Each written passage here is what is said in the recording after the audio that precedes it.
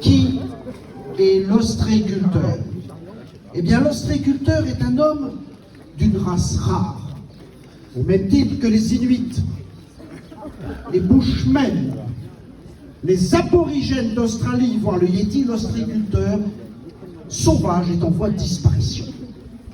Il n'existe plus d'ostréiculteurs sauvages, peut-être du côté du chenal d'Arceau, il reste peut-être encore un ou deux. Et l'ostréiculteur est un être laborieux qui se dépense sans compter, et c'est du reste à l'heure des comptes qu'il se rend compte qu'il n'a plus rien à dépenser. Déjà dans l'ostréiculture, les enfants travaillent, ils aident les parents, qui travaillent très dur. Les grands-parents, pendant leur retraite, aident leurs enfants et leurs petits-enfants, et parfois, dit-on même, les ossements des arrière-grands-parents servent encore de collecteurs à la cour. L'ostréiculteur est un être entouré d'ennemis naturels, comme le bigorneau perceur qui bouffe les huîtres, les étoiles de mer qui dévorent les huîtres, les moules et les crépidules qui font monter la vase et qui détruisent les huîtres, et le parisien qui bouffe le reste. D'autres ennemis, tout aussi naturels mais bien inquiétants, qu'est notre ami ostréiculteur. Le voisin de cabane, un feignant, un bon à rien, un minable, le chapusé du carré d'à côté, un voleur, un pirate, les administratifs, appelés aussi feignants, les services vétérinaires, la section régionale congénicole, la gendarmerie maritime, les services fiscaux et le plus craint, le plus terrible, le plus puissant de tous nos ennemis, l'Europe. Comment vous expliquer l'Europe? L'Europe est une sorte de monstre tentaculaire, genre sèche, qui ventouse tous les pays européens qui sont bien obligés d'y adhérer, sauf un qui a filé à l'anglaise il n'y a pas longtemps. Et en effet, l'Europe est en tout point comparable à une sèche. La sèche, quand elle avance, que fait l'Europe? Et en plus, l'Europe se permet de nous donner des ordres, autrement dit, elle nous parle sèchement. L'autre jour que je travaillais à la côte, enfin c'était un petit moment quand même, je travaillais à la côte et je pêchais quelques huîtres pour nourrir ces organismes charitables qui nous entourent de leur sollicitude. Et je comptais comme suit: une belle fourche pour l'URSSAF, une pour le RSA, une pour l'Élysée, une pour Matignon, une pour l'Europe. Nous avions passé la basse mer depuis environ un quart d'heure, que je n'ai pas encore donné un coup de pelle fourche pour moi. Alors pour reprendre la question qu'on me posait l'autre jour, l'ostréiculteur gagne-t-il bien sa vie? Eh bien je répondrai non, mais il gagne tellement bien celle des autres que ce serait quand même dommage qu'il s'arrête. Alors pour remonter à l'histoire, à quand remonte l'ostréiculture? Eh bien, il a fallu pour ça qu'il y ait le courant les René.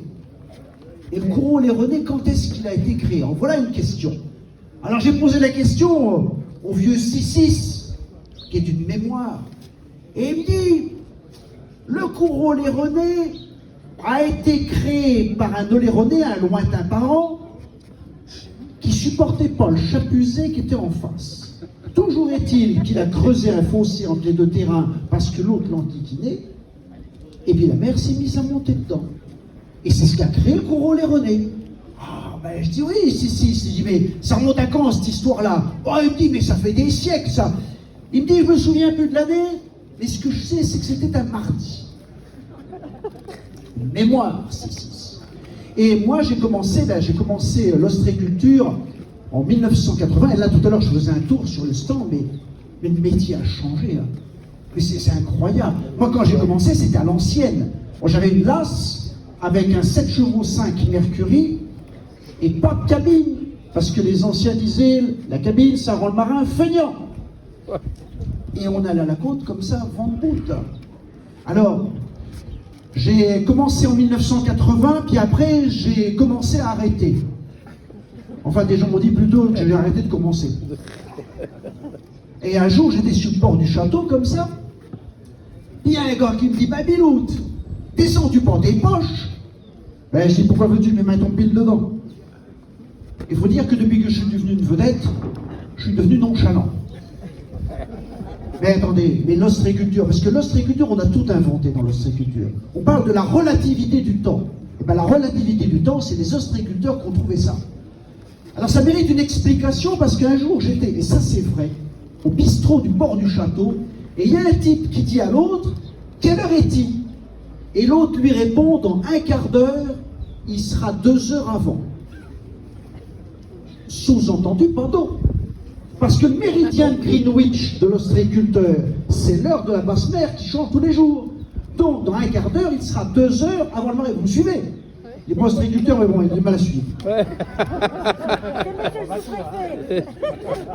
Alors, c'est vrai que pour quelqu'un qui n'est pas du coin, quand dans un quart d'heure, il sera 2 heures avant, on est en train de remonter le temps. Vous voyez la relativité du temps. Mais la relativité du temps avec l'ostréiculteur ne s'arrête pas là. C'est aussi la relativité du mauvais temps. Et là, j'en veux pour preuve, c'était Rémi Lotte, ostréiculteur du château, et ce jour-là, on s'était pris une branlée phénoménale en revenant de la côte.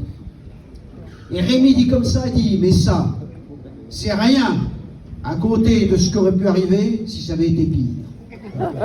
C'est ça. La relativité du mauvais temps. Et elle est relative pour beaucoup, parce que tiens, il y avait le vieux Totor. Alors le vieux Totor, lui, il était parti à la côte, il s'était pris une torgnole, et son beau-frère était resté au bistrot. Ben il y en a un, il a dit, le temps va durer pour revenir, et l'autre lui a dit, il était au bistrot, j'ai pas vu le temps passer. Comme quoi le temps reste tout à fait relatif. Et alors les ostréiculteurs ne se laissent pas démonter, même pas avec le mauvais temps. Justement, le vieux Totor, un jour, il était à la côte, à pêcher ses huîtres, mais il était dans le carré du voisin. Alors je dis, mais t'es dans le carré de ton voisin, là, qu'est-ce que tu fais? Ben il dit, il y a eu un coup de vent de nordée, et mes huîtres sont passées chez le voisin, donc je récupère mes huîtres. Bon, ben d'accord, je vais faire mon boulot, je repasse après en venant vers la côte. Il était dans le carré, mais de l'autre côté. Ben je dis, t'es rendu de l'autre côté? Il me dit, oui, parce qu'au plein mer, le vent a viré, et mes huîtres sont aussi parties de l'autre côté. Toujours est-il que lui a retrouvé ses huîtres, je suis pas sûr que les voisins étaient contents de la faire aussi.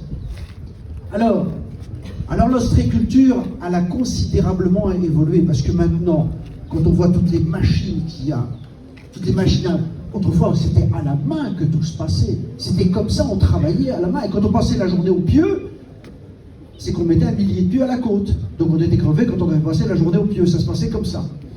Et puis un jour, je regardais, j'étais en mer. Alors moi, il faut dire que je travaille à la hauteur des demi-bottes. Après, les gars ont commencé à travailler à hauteur de cuissarde. Maintenant, ils travaillent avec des waders jusque-là. Et ça, ce que je veux vous dire est absolument vrai. Mais il y en a qui travaillent avec des combinaisons néoprène, c'est plus de l'ostréiculture, c'est de la plongée. Et un jour, un gars, et ça c'est vrai, était sur une table, dans l'eau jusque-là, et il commence à pleuvoir. Et le gars qui était sur le chaland lui dit, veux-tu ta capote? Ils sont quand même taquins, il a dit. Alors, moi j'avais vu les chalands qui allaient à une vitesse folle, parce que moi j'étais toujours avec ma petite lasse, avec mon 7 chevaux 5 Mercury, et je me suis dit, mais les chalands vont tellement vite maintenant, que ça peut être qu'une course. Et cette course-là ne peut être que commentée par Léon Zitrone, qu'on va retrouver maintenant.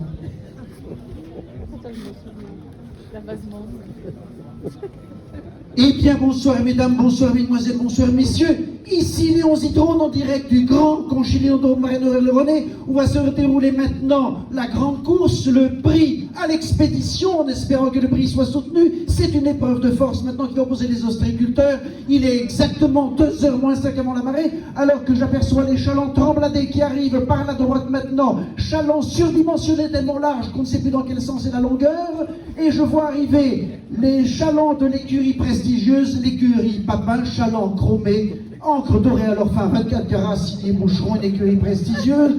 Et je vois surgir maintenant au loin, de l'autre côté, les chalands de l'écurie Gilardo qui courent une course particulière puisqu'ils ne courent pas par le bassin. Ils arrivent maintenant avec des chalands de marque Volvo, des chalands avec des roues. Ils partent maintenant vers l'Irlande, je ne sais pas très bien pourquoi, j'ai du mal à suivre cette course. Tandis qu'arrivent du port du château maintenant les ostréiculteurs Bilout avec Salas et son 7 chevaux 5 qui refuse tout service. Il tire sur le lanceur maintenant. Le lanceur refuse tout service, mais brusquement le moteur démarre. Là, fait un demi-tour, il a oublié de défaire le bout du quai, ce qui explique cette volte pour le moins inattendue, alors que maintenant la course va commencer. Je vous rappelle que cette course est patronnée évidemment sous la réglementation des lois françaises et des normes européennes qui évoluent d'année en année. Bien sûr, les chalands sont équipés du matériel de sécurité obligatoire. Nous avons là les bouées couronnes, nous avons là exactement aussi les bouées de sauvetage et les gilets de sauvetage. Nous avons la VHF, nous avons aussi bien sûr le compas, nous avons les gilets aux normes FN, EN 12054 si ma mémoire est bonne. Nous avons exactement aussi le compas, je vous l'ai dit, un tel matériel, et comme me le disait tout à l'heure à l'oreille Philippe Morando, bien informé, on a tellement de matériel de sécurité que bientôt on ne pourra plus charger une seule vitre sur nos chalands. Nous allons maintenant partir, le départ vient d'être donné alors que les Trembladais prennent le meilleur pas sur les chalands chapusés qui maintenant chalands surmotorisés de moteurs de plus de 300 chevaux, chalands tellement rapides qu'on ne sait plus très bien s'ils naviguent ou ils volent, chalands on ne sait plus s'ils doivent obéir à la loi maritime ou au code aéronautique. En tout cas la course est engagée maintenant, nous allons passer vers la balise du nord, nous passons vers la balise du milieu, maintenant nous allons tourner vers la coupe du banc, l'eau a considérablement baissé. Double pirouette, triple vrille d'un chaland Trembladé. Nous avons perdu 4 marins dans la pirouette, mais la course continue quand même. Tandis que Kazoo se bat comme un bon diable maintenant avec Salas et que remonte maintenant vers tous les extérieurs. J'aperçois maintenant l'OFB qui vient contrôler les ostréiculteurs. Ils seront même contrôlés par la gendarmerie maritime, même contrôlés par la douane et contrôlés par les affaires maritimes. En fait, tout le monde contrôle tout le monde. La situation devient donc totalement incontrôlable. Mais nous repartons de plus belle maintenant. Mais j'aperçois sur le quai du port du château les élus de la section régionale conchylicole qui brandissent maintenant les nouvelles réglementations européennes. Tout le monde rebifurque vers le port afin de se mettre sous le couvert de ces nouvelles réglementations. Je vous retrouve l'année prochaine pour le petit prix à l'élevage. Je vous rends l'antenne VHF. À vous la cabane, à vous Cognac G, à vous le studio. Bonsoir mesdames, bonsoir mesdemoiselles, bonsoir messieurs.